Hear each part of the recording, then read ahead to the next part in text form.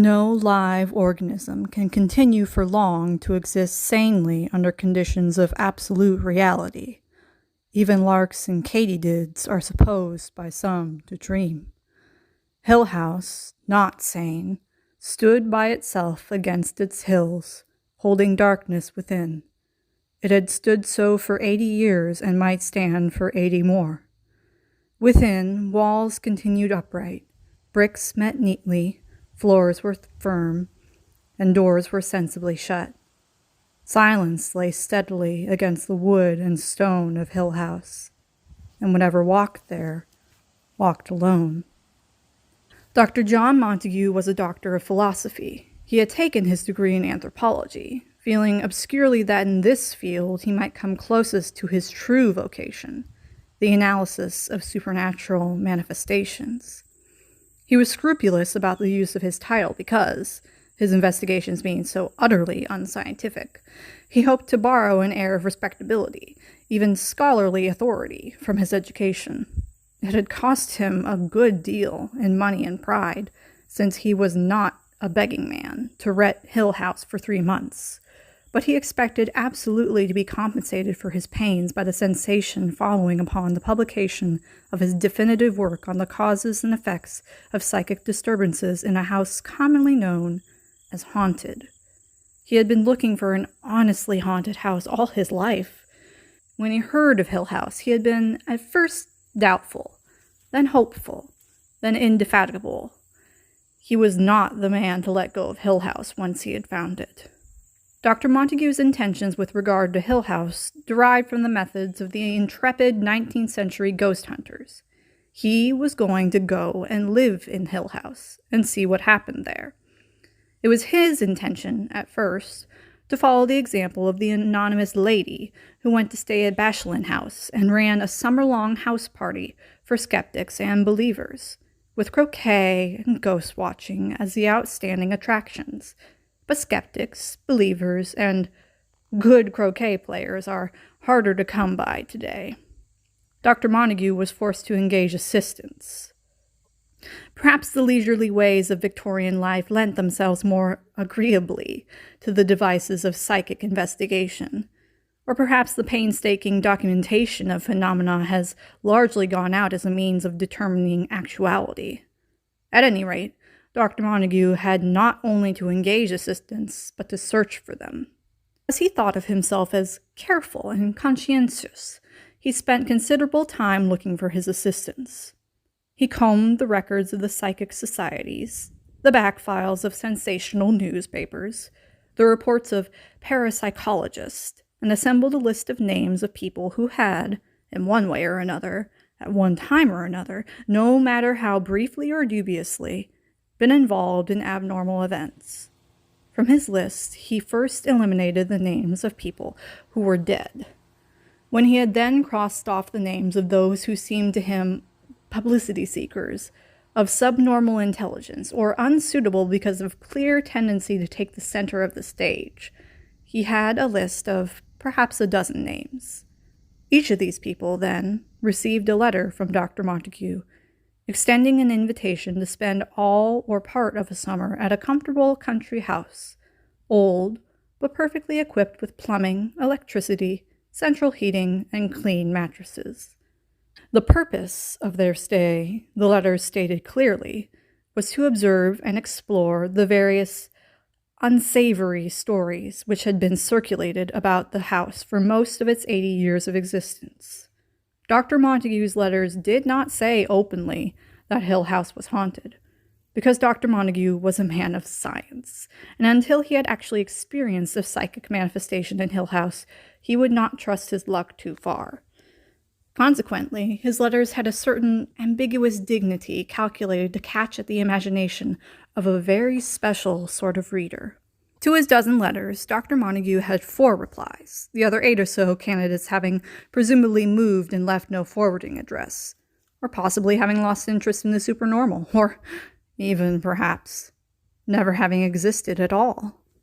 To the 4 who replied, Dr. Montague wrote again, naming a specific day when the house would be officially regarded as ready for occupancy, and enclosing detailed directions for reaching it, since, As he was forced to explain, information about finding the house was extremely difficult to get, particularly from the rural community which surrounded it. On the day before he was to leave for Hill House, Dr. Montague was persuaded to take into his select company a representative of the family who owned the house, and a telegram arrived from one of his candidates, backing out with a clearly manufactured excuse. Another never came or wrote, perhaps because of some pressing personal problem which had intervened. The other two came.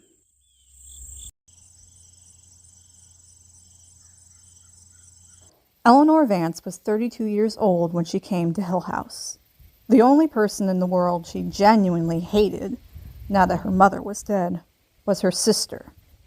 She disliked her brother-in-law and her 5-year-old niece, and she had no friends. This was owing largely to the 11 years she had spent caring for her invalid mother, which had left her with some proficiency as a nurse and an inability to face strong sunlight without blinking. She could not remember ever being truly happy in her adult life. Her years with her mother had been built up devotedly around small guilts and small reproaches, constant weariness, and unending despair. Without ever wanting to become reserved and shy, she had spent so long alone, with no one to love, that it was difficult for her to talk, even casually, to another person without self-consciousness and an awkward inability to find words. Her name had turned up on Dr. Montague's list because one day, when she was 12 years old and her sister was 18, and their father had been dead for not quite a month, showers of stones had fallen on their house, without any warning or any indication of purpose or reason, dropping from the ceilings, rolling loudly down the walls, breaking windows and pattering maddeningly on the roof. The stones continued intermittently for 3 days, during which time Eleanor and her sister were less unnerved by the stones than by the neighbors and sightseers who had gathered daily outside the front door, and by their mother's blind, hysterical insistence that all of this was due to malicious, backbiting people on the block who had had it in for her ever since she came. After 3 days, Eleanor and her sister were removed to the house of a friend, and the stones stopped falling, nor did they ever return, although Eleanor and her sister and her mother went back to living in the house, and the feud with the entire neighborhood was never ended. The story had been forgotten by everyone except the people Dr. Montague consulted. It had certainly been forgotten by Eleanor and her sister, each of whom had supposed at the time that the other was responsible. During the whole underside of her life, ever since her first memory, Eleanor had been waiting for something like Hill House, caring for her mother, lifting a cross old lady from her chair to her bed, setting out endless little trays of soup and oatmeal, steeling herself for the filthy laundry. Eleanor had held fast to the belief that someday something would happen. She had accepted the invitation to Hill House by return mail, although her brother-in-law had insisted upon calling a couple of people to make sure that this doctor fellow was not aiming to introduce Eleanor to savage rites not unconnected with matters Eleanor's sister deemed it improper for an unmarried young woman to know. Perhaps, Eleanor's sister whispered in the privacy of their marital bedroom, perhaps Dr. Montague, if that really was his name, after all, perhaps this Dr. Montague used the women for some, well, experiments. You know, experiments, the way they do. Eleanor's sister dwelt richly upon the experiments she had heard these doctors did. Eleanor had no such ideas, or having them, was not afraid. Eleanor, in short, would have gone anywhere. Theodora, that was as much a name as she used. Her sketches were signed Theo, and on her apartment door and the window of her shop and her telephone listing and her pale stationery and the bottom of the lovely photograph of her which stood on the mantel, the name was always only Theodora. Theodora was not at all like Eleanor. Duty and conscience were, for Theodora, attributes which belonged properly to Girl Scouts. Theodora's world was one of delight and soft colors. She had come onto Dr. Montague's list because, going laughing into the laboratory, bringing with her a rush of floral perfume, she had somehow been able, amused and excited over her own incredible skill, to identify correctly 18 cards out of 20, 15 cards out of 20, 19 cards out of 20, held up by an assistant out of sight and hearing. The name of Theodora shone in the records of the laboratory, and so came inevitably to Dr. Montague's attention. Theodora had been entertained by Dr. Montague's first letter, and answered it out of curiosity. Perhaps the wakened knowledge in Theodora, which told her the names of the symbols on the cards held out of sight, urged her on her way toward Hill House, and yet fully intended to decline the invitation. Yet, perhaps the stirring, urgent sense again. When Dr. Montague's confirming letter arrived, Theodora had been tempted, and had somehow plunged blindly, wantonly, into a violent quarrel with the friend with whom she shared an apartment. Things were said on both sides which only time could eradicate. Theodora had deliberately and heartlessly smashed the lovely little figurine her friend had carved of her, and her friend had cruelly ripped to shreds the volume of Alfred de Musset, which had been a birthday present from Theodora, taking particular pains with the page which bore Theodora's loving, teasing inscription. These acts were, of course, unforgettable, and before they could laugh over them together, time would have to go by. Theodora had written that night, accepting Dr. Montague's invitation, and departed in cold silence the next day. Luke Sanderson was a liar. He was also a thief. His aunt, who was the owner of Hill House, was fond of pointing out that her nephew had the best education, the best clothes, the best taste, and the worst companions of anyone she had ever known. She would have leaped at any chance to put him safely away for a few weeks. The family lawyer was prevailed upon to persuade Dr. Montague that the house could on no account be rented to him for his purposes without the confining presence of a member of the family during his stay. And perhaps at their first meeting, the doctor perceived in Luke a kind of strength or cat-like instinct for self-preservation, which made him almost as anxious as Mrs. Sanderson to have Luke with him in the house. At any rate, Luke was amused, his aunt grateful, and Dr. Montague more than satisfied. Mrs. Sanderson told the family lawyer that, at any rate, there really was nothing in the house Luke could steal. The old silver there was of some value, she told the lawyer, but it represented an almost insuperable difficulty for Luke. It required energy to steal it and transform it into money. Mrs. Sanderson did Luke an injustice.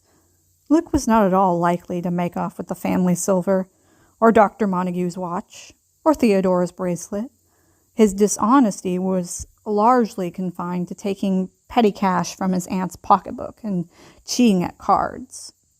He was also apt to steal the watches and cigarette cases given him, fondly and with pretty blushes, by his aunt's friends. Some day Luke would inherit Hill House, but he had never thought to find himself living in it.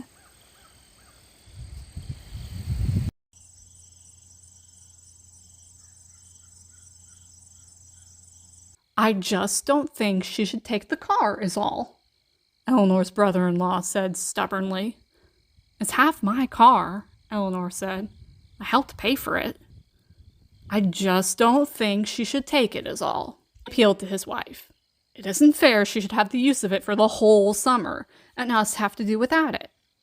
Carrie drives it all the time, and I never even take it out of the garage, Eleanor said. Besides, you'll be in the mountains all summer. You can't use it there. Carrie, you know you won't use the car in the mountains. But suppose poor little Linny got sick or something, and we needed a car to get her to a doctor.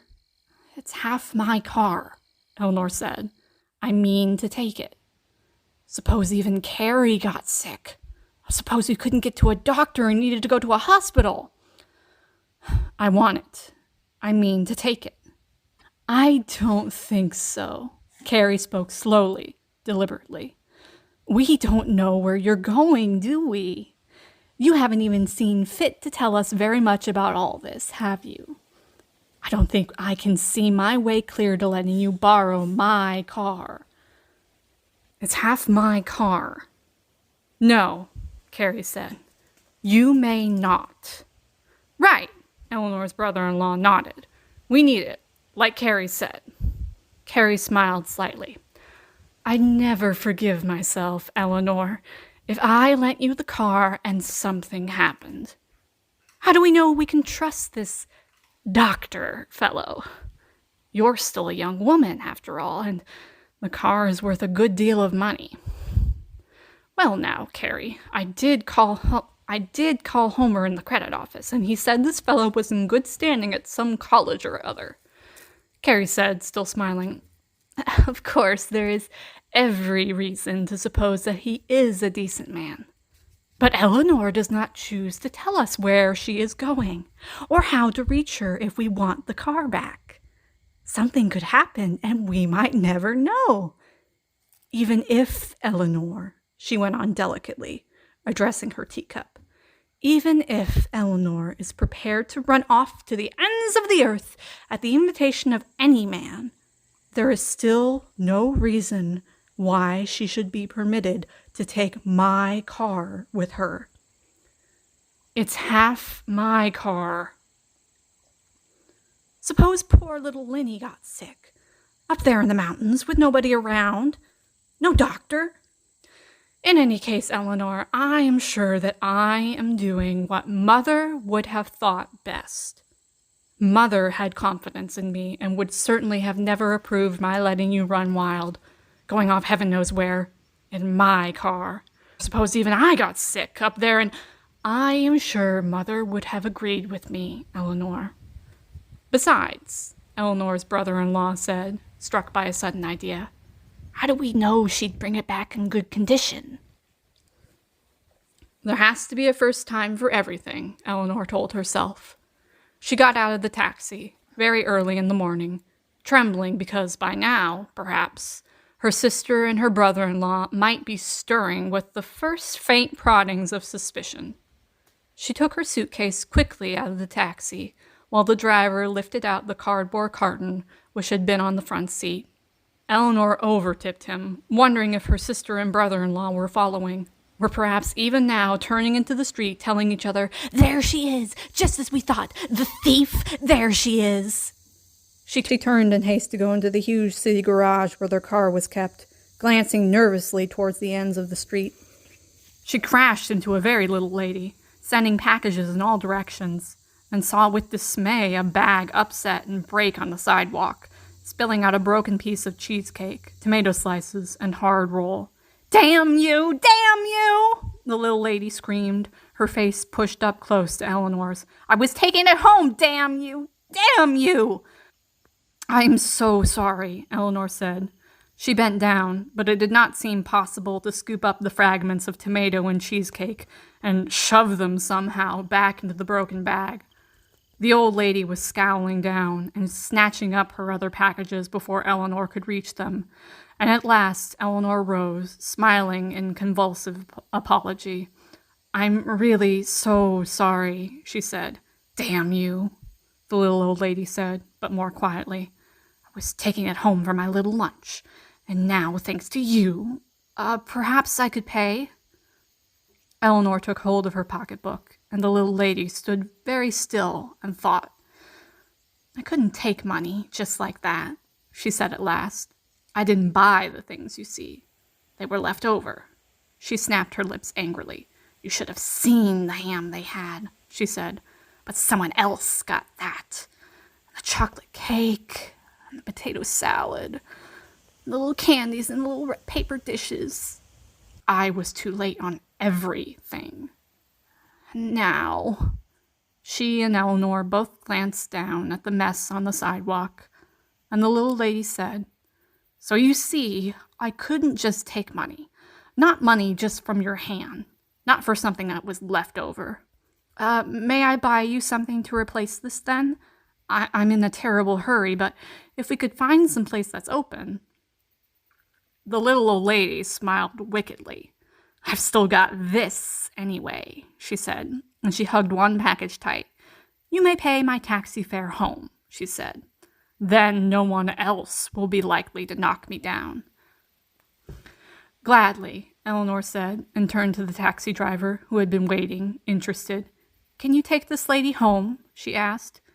A couple of dollars will do it, the little lady said, not including the tip for this gentleman, of course. Being as small as I am, she explained daintily. It's quite a hazard indeed, people knocking you down. Still, it's a genuine pleasure to find one as willing as you to make up for it. Sometimes the people who knock you down never turn once to look. With Eleanor's help, she climbed into the taxi with her packages, and Eleanor took $2 and a 50-cent piece from her pocketbook and handed them to the little lady, who clutched them tightly in her tiny hand. All right, sweetheart, the taxi driver said. Where do we go?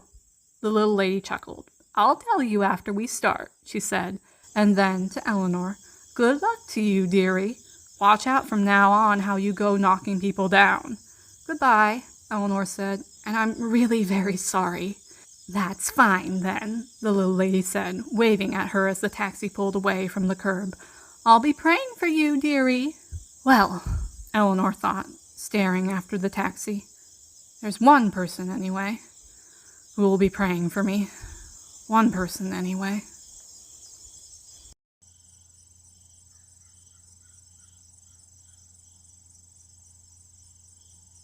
It was the first genuinely shining day of summer, a time of year which brought Eleanor always to aching memories of her early childhood, when it had seemed to be summer all the time.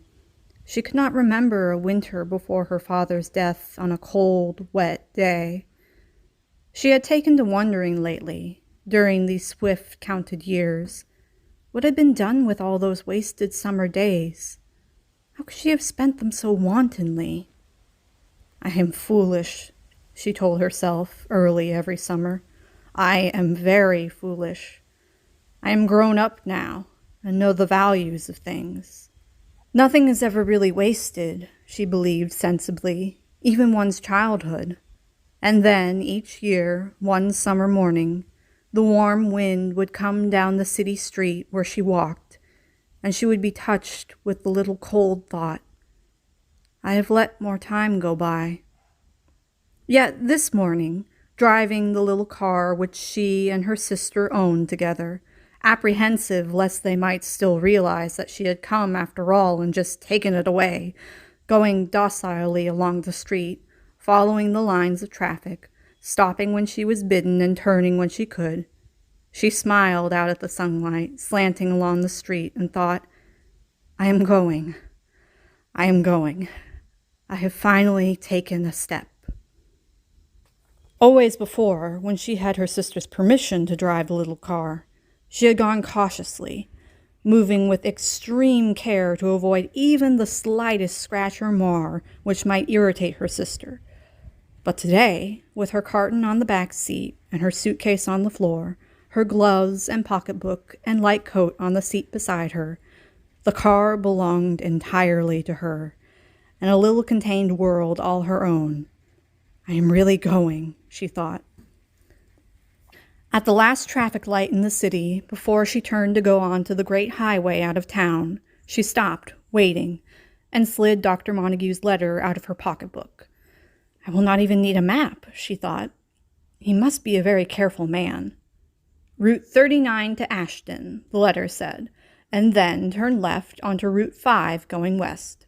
Follow this for a little less than 30 miles, and you will come to the small village of Hillsdale. Go through Hillsdale to the corner with a gas station on the left and a church on the right, and turn left here onto what seems to be a narrow country road. You will be going up into the hills, and the road is very poor. Follow this road to the end, about 6 miles, and you will come to the gates of Hill House. I am making these directions so detailed because it is inadvisable to stop in Hillsdale to ask your way. The people there are rude to strangers and openly hostile to anyone inquiring about Hill House. I am very happy that you will be joining us in Hill House. and will take great pleasure in making your acquaintance on Thursday, the 21st of June." The light changed.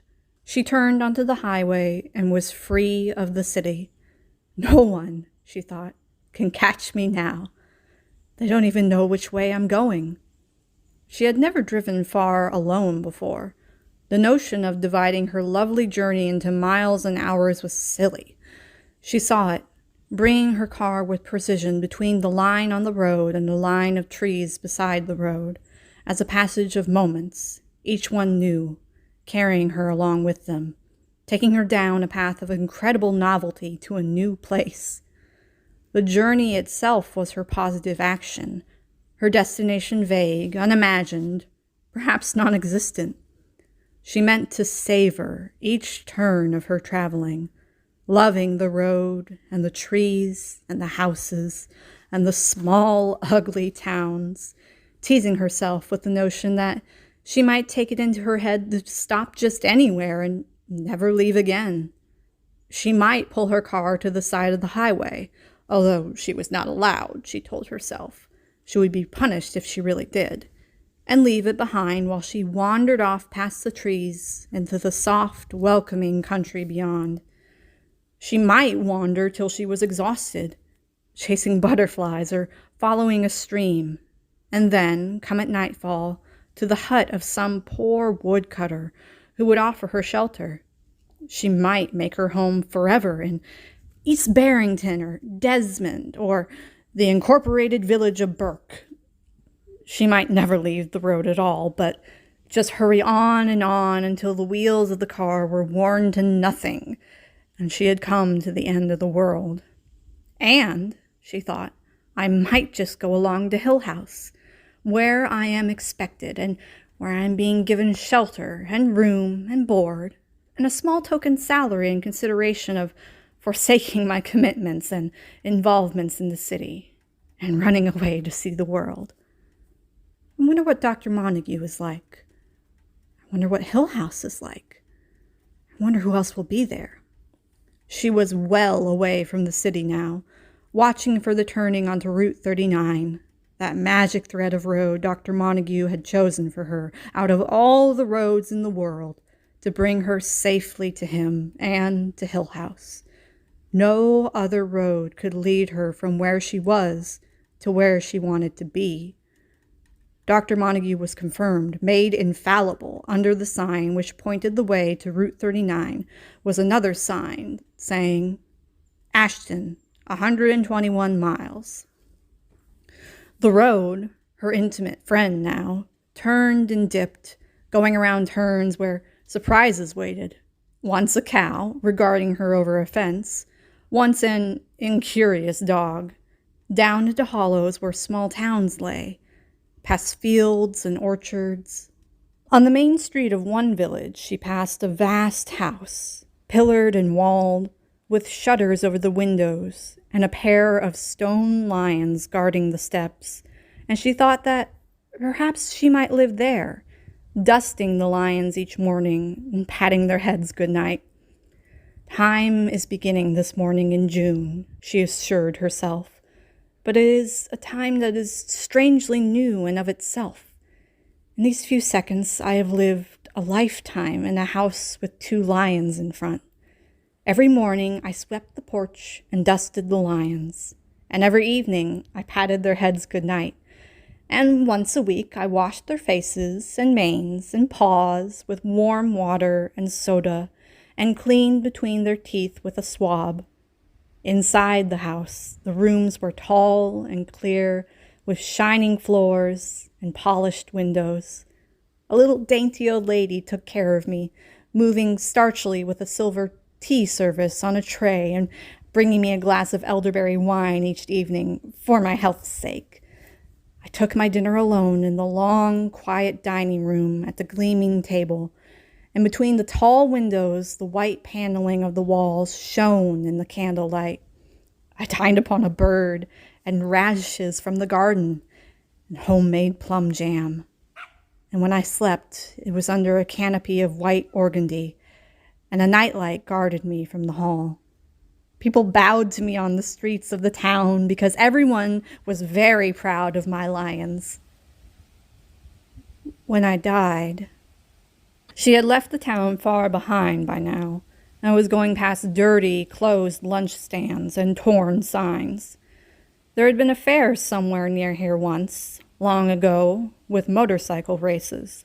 The signs still carried fragments of words.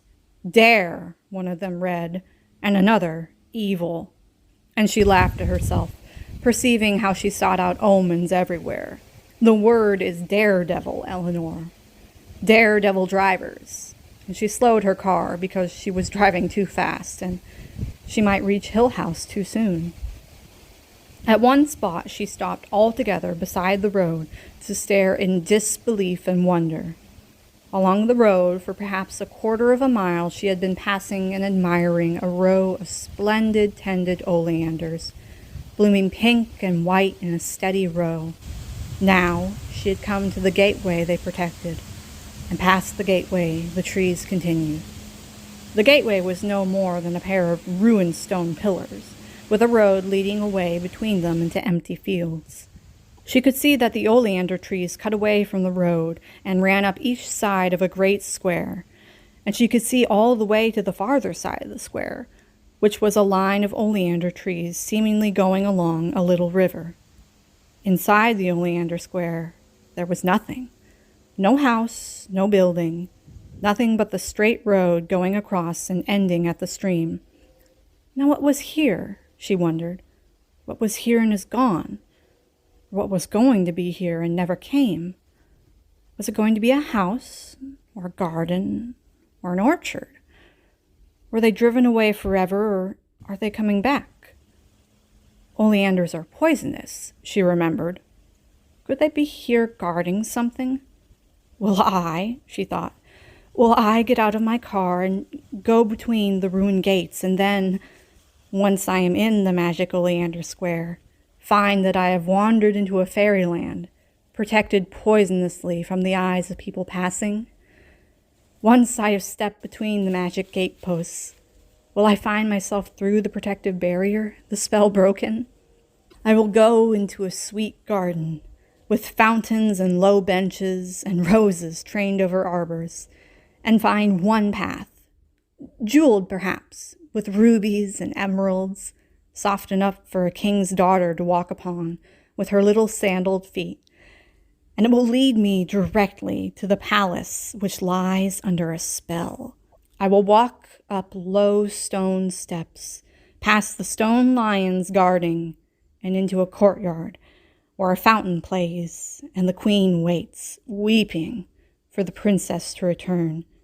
She will drop her embroidery when she sees me and cry out to the palace servants, stirring at last after their long sleep, to prepare a great feast, because the enchantment is ended and the palace is itself again, and we shall live happily ever after. No, of course, she thought, turning to start her car again. Once the palace becomes visible and the spell is broken, the whole spell will be broken, and all this countryside outside the oleanders will return to its proper form, fading away, towns and signs and cows, into a soft green picture from a fairy tale. Then, coming down from the hills, there will be a prince riding, bright and green and silver, with 100 bowmen riding behind him, pennants stirring, horses tossing, jewels flashing. She laughed and turned to smile goodbye at the magic oleanders. Another day, she told them. Another day I'll come back and break your spell. She stopped for lunch after she had driven 100 miles and a mile. She found a country restaurant which advertised itself as an old mill and found herself seated, incredibly, upon a balcony over a dashing stream, looking down upon wet rocks and the intoxicating sparkle of moving water, with a cut-glass bowl of cottage cheese on the table before her and corn sticks in a napkin. Because this was a time and a land where enchantments were swiftly made and broken, she wanted to linger over her lunch, knowing that Hill House always waited for her at the end of her day. The only other people in the dining room were a family party, a mother and father with a small boy and girl, and they talked to one another softly and gently. And once the little girl turned and regarded Eleanor with frank curiosity and, after a minute, smiled. The lights from the stream below touched the ceiling and the polished tables and glanced along the little girl's curls, and the little girl's mother said, "She wants her cup of stars." Eleanor looked up, surprised. The little girl was sliding back in her chair, sullenly refusing her milk, while her father frowned and her brother giggled, and her mother said calmly, "She wants her cup of stars." Indeed, yes, Eleanor thought. Indeed, so do I. A cup of stars, of course. Her little cup, the mother was explaining, smiling apologetically at the waitress, who was thunderstruck at the thought that the mill's good country milk was not rich enough for the little girl. It has stars in the bottom, and she always drinks her milk from it at home. She calls it her cup of stars because she can see the stars while she drinks her milk. The waitress nodded, unconvinced, and the mother told the little girl, "You'll have your milk from your cup of stars tonight when we get home. But just for now, just to be a very good little girl, will you take a little milk from this glass?" "Don't do it," Eleanor told the little girl. "Insist on your cup of stars. Once they have trapped you into being like everyone else, you will never see your cup of stars again. Don't do it." And the little girl glanced at her and smiled a little subtle dimpling, wholly comprehending smile, and shook her head stubbornly at the glass. Brave girl, Eleanor thought. Wise, brave girl. "You're spoiling her," the father said. "She ought not to be allowed these whims." "Just this once," the mother said. She put down the glass of milk and touched the little girl gently on the hand. "Eat your ice cream," she said. When they left, the little girl waved goodbye to Eleanor, and Eleanor waved back, sitting in the joyful loneliness to finish her coffee while the gay stream tumbled along below her. "I have not very much farther to go," Eleanor thought. "I am more than halfway there. Journey's end," she thought. And far back in her mind, sparkling like the little stream, a tag end of a tune danced through her head, bringing distantly a word or so. "In delay there lies no plenty," she thought. "In delay there lies no plenty." She nearly stopped forever just outside Ashton, because she came to a tiny cottage buried in a garden. I could live there all alone, she thought, slowing the car to look down at the winding garden path to the small blue front door with, perfectly, a white cat on the step. No one would ever find me there, either, behind all the roses. And just to make sure, I would plant oleanders by the road. I will light a fire in the cool evenings and toast apples at my own hearth. I will raise white cats and sew white curtains for the windows, and sometimes come out of my door to go to the store to buy cinnamon and tea and thread. People will come to me to have their fortunes told, and I will brew love potions for sad maidens. I will have a robin." But the cottage was far behind, and it was time to look for her new road, so carefully charted by Dr. Montague. "Turn left onto Route 5 going west," his letter said, and, as efficiently and promptly as though he had been guiding her from some spot far away, moving her car with controls in his hands, it was done. She was on Route 5 going west, and her journey was nearly done. In spite of what he said, though, she thought, I will stop in Hillsdale for a minute, just for a cup of coffee, because I cannot bear to have my long trip end so soon. It was not really disobeying anyway. The letter said it was inadvisable to stop in Hillsdale to ask the way, not forbidden to stop for coffee. And perhaps if I don't mention Hill House, I will not be doing wrong. Anyway, she thought obscurely, it's my last chance. Hillsdale was upon her before she knew it, a tangled, disorderly mess of dirty houses and crooked streets. It was small. Once she had come onto the main street, she could see the corner at the end with the gas station and the church. There seemed to be only one place to stop for coffee, and that was an unattractive diner. But Eleanor was bound to stop in Hillsdale, and so she brought her car to the broken curb in front of the diner and got out. After a minute's thought, with a silent nod to Hillsdale, she locked the car, mindful of her suitcase on the floor and the carton on the back seat. We'll not spend long in Hillsdale, she thought, looking up and down the street, which managed, even in the sunlight, to be dark and ugly. A dog slept uneasily in the shade against a wall. A woman stood in a doorway across the street and looked at Eleanor, and two young boys lounged against the fence, elaborately silent.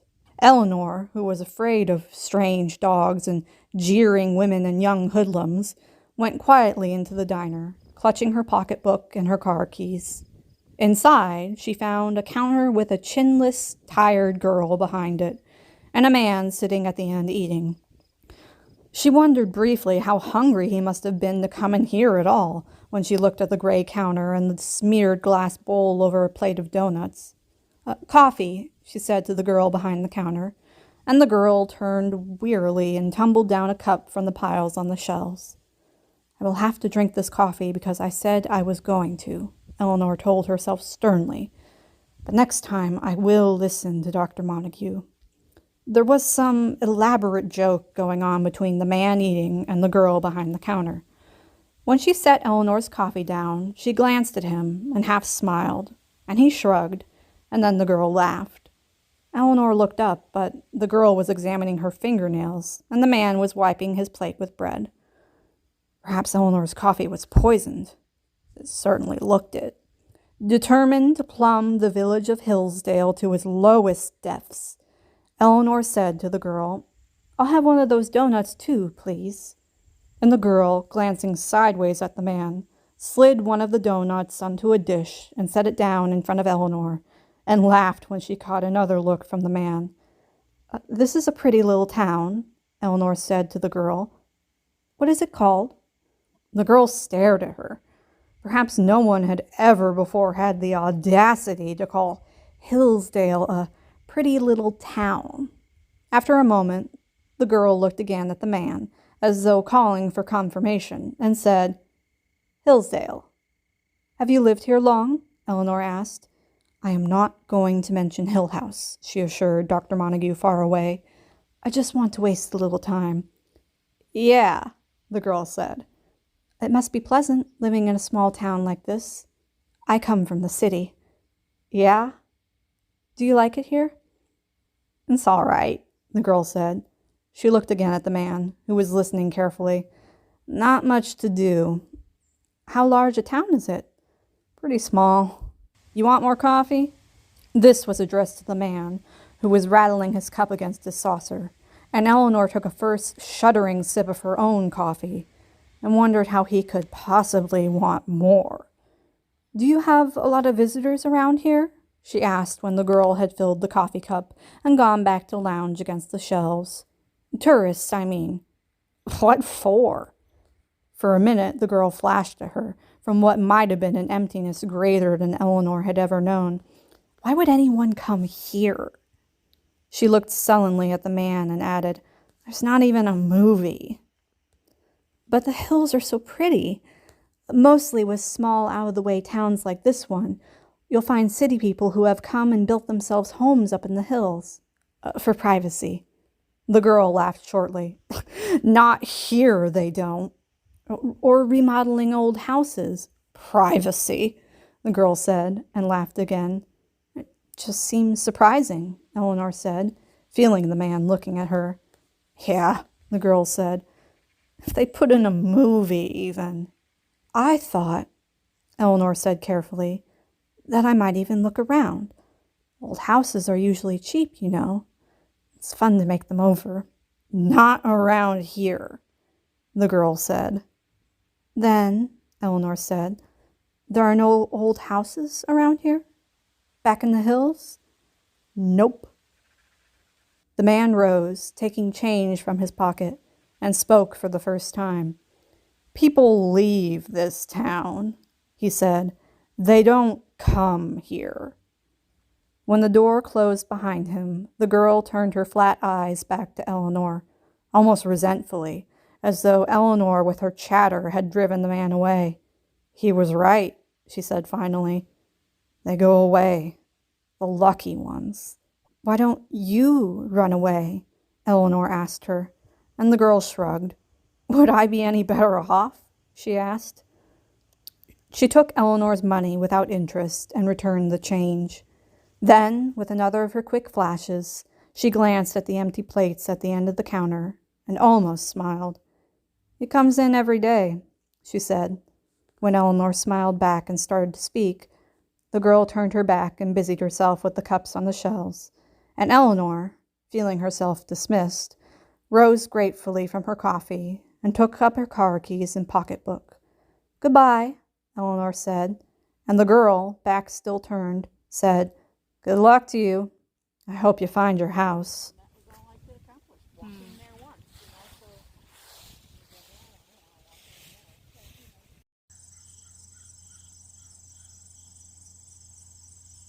The road leading away from the gas station and the church was very poor indeed, deeply rutted and rocky. Eleanor's little car stumbled and bounced, reluctant to go farther into these unattractive hills, where the day seemed quickly drawing to an end under the thick, oppressive trees on either side. They do not really seem to have much traffic on this road, Eleanor thought wryly, turning the wheel quickly to avoid a particularly vicious rock ahead. 6 miles of this will not do the car any good. And for the first time in hours, she thought of her sister and laughed. By now, they would surely know that she had taken the car and gone. But they wouldn't know where. They would be telling each other incredulously that they would have never have suspected it of Eleanor.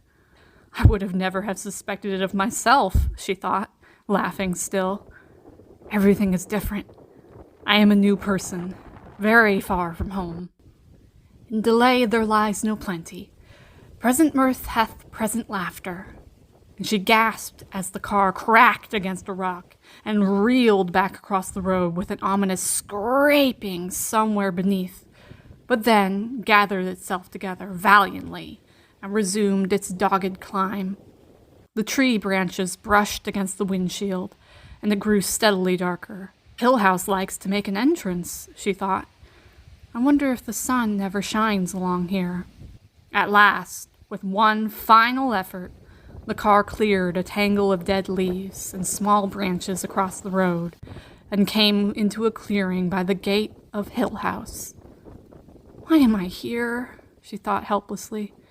Why am I here? The gate was tall and ominous and heavy, set strongly into a stone wall which went off through the trees. Even from the car, she could see the padlock and the chain that twisted around and through the bars. Beyond the gate, she could only see that the road continued, turned, shadowed on either side by the still, dark trees. Since the gate was so clearly locked and double-locked and chained and barred, who, she wondered, wants so badly to get in? She made no attempt to get out of her car, but pressed the horn, and the trees and the gate shuddered and withdrew slightly from the sound. After a minute, she blew the horn again, and then saw a man coming toward her from the inside of the gate. He was as dark and unwelcoming as the padlock, and before he moved toward the gate, he peered through the bars at her, scowling. "What do you want?" His voice was sharp, mean. "I want to come in, please. Please unlock the gate." "Who say?" "What?" she faltered. "I'm supposed to come in," she said at last. "What for?" "I am expected. Or am I?" she wondered suddenly. "Is this as far as I go?" "Who by?" She knew, of course, that he was delighting and exceeding his authority, as though once he moved to unlock the gate, he would lose the little temporary superiority he thought he had. And what superiority have I? She wondered. I am outside the gate, after all. She could already see that losing her temper, which she did rarely because she was so afraid of being ineffectual, would only turn him away, leaving her still outside the gate, railing futilely. She could even anticipate his innocence if he were reproved later for this arrogance. The maliciously vacant grin, the wide blank eyes, the whining voice protesting that he would have let her in. He planned to let her in, but how could he be sure? He had his orders, didn't he? And he had to do what he was told. He'd be the one to get in trouble, wouldn't he, if he let in someone who wasn't supposed to be inside? She could anticipate his shrug and, picturing him, laughed. Perhaps the worst thing she could have done. Eyeing her, he moved back from the gate. "You better come back later," he said, and turned his back with an air of virtuous triumph. "Listen," she called after him, still trying to not sound angry. "I am one of Dr. Montague's guests. He will be expecting me in the house. Please listen to me." He turned and grinned at her. "They couldn't rightly be expecting you," he said, "seeing as you're the only one who's come so far." "Do you mean that there's no one in the house?" "No one I know of. Maybe my wife getting it fixed up. So they couldn't be there exactly expecting you, now could they?" She sat back against the car seat and closed her eyes. Hill House, she thought. You're as hard to get into as heaven. I suppose you know what you're asking for, coming here. I suppose they told you, back in the city. You hear anything about this place? I heard I was invited here as a guest of Dr. Montague's. When you open the gate, I will go inside. I'll open them. I'm going to open them. I just want to be sure you know what's waiting for you in there. You ever been here before? One of the family, maybe?" He looked at her now, peering through the bars, his jeering face one more barrier after padlock and chain. "I can't let you in till I'm sure, can I? What'd you say your name was?" She sighed. "Eleanor Vance." "Not one of the family, then, I guess. You ever hear anything about this place?" "It's my chance, I suppose," she thought. "I'm being given the last chance. I could turn my car around right here and now in front of these gates and go away from here, and no one would blame me. Anyone has a right to run away." She put her head out through the car window and said with fury, "My name is Eleanor Vance. I am expected in Hill House. Unlock those gates at once." All right. Deliberately making a wholly unnecessary display of fitting the key and turning it, he opened the padlock and loosened the chain and swung the gates just wide enough for the car to come through. Eleanor moved the car slowly, but the alacrity with which he leaped to the side of the road made her think for a moment that he had perceived the fleeting impulse crossing her mind. She laughed and then stopped the car because he was coming toward her, safely from the side. "You won't like it," he said. "You'll be sorry I ever opened that gate." "Out of the way, please," she said. "You've held me up long enough." "You think they could get anyone else to open this gate? You think anyone else would stay around here that long except me and my wife? You think we can't have things just about the way we want them, long as we stay around here and fix up the house and open the gates for all you city people think you know everything? Please get away from my car." She dared not admit to herself that he frightened her, for fear that he might perceive it. His nearness, leaning against the side of the car, was ugly, and his enormous resentment puzzled her. She had certainly made him open the gate for her, but did he think of the house and the gardens inside as his own? A name from Dr. Montague's letter came into her mind, and she asked curiously, "Are you Dudley, the caretaker?" "Yes, I'm Dudley, the caretaker," he mimicked her. "Who else do you think would be around here?" The honest old family retainer, she thought. proud and loyal and thoroughly unpleasant. You and your wife take care of the house all alone? Who else? It was his boast, his curse, his refrain.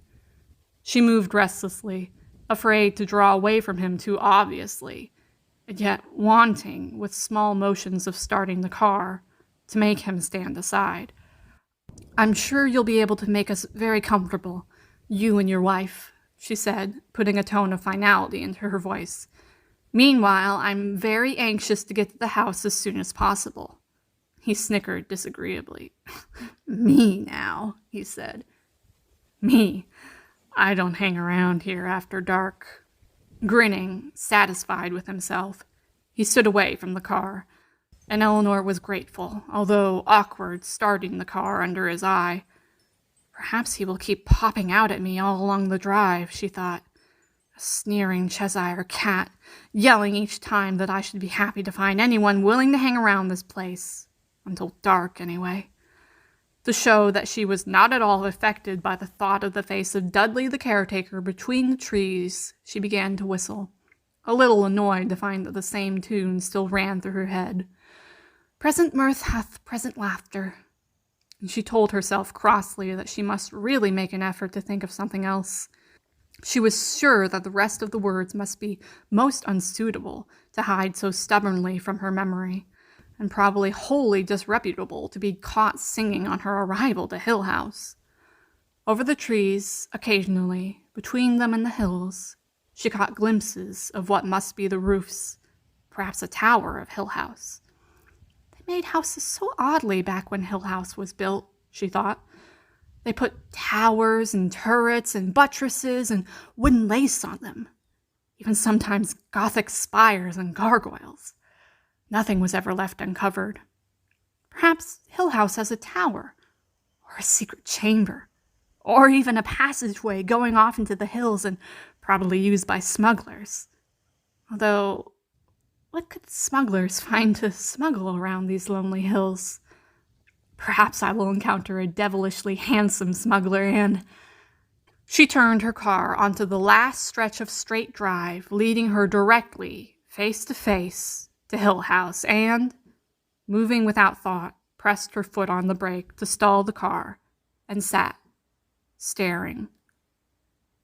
The house was vile, she shivered and thought, the words coming freely into her mind. Hill House is vile. It is diseased. Get away from here at once.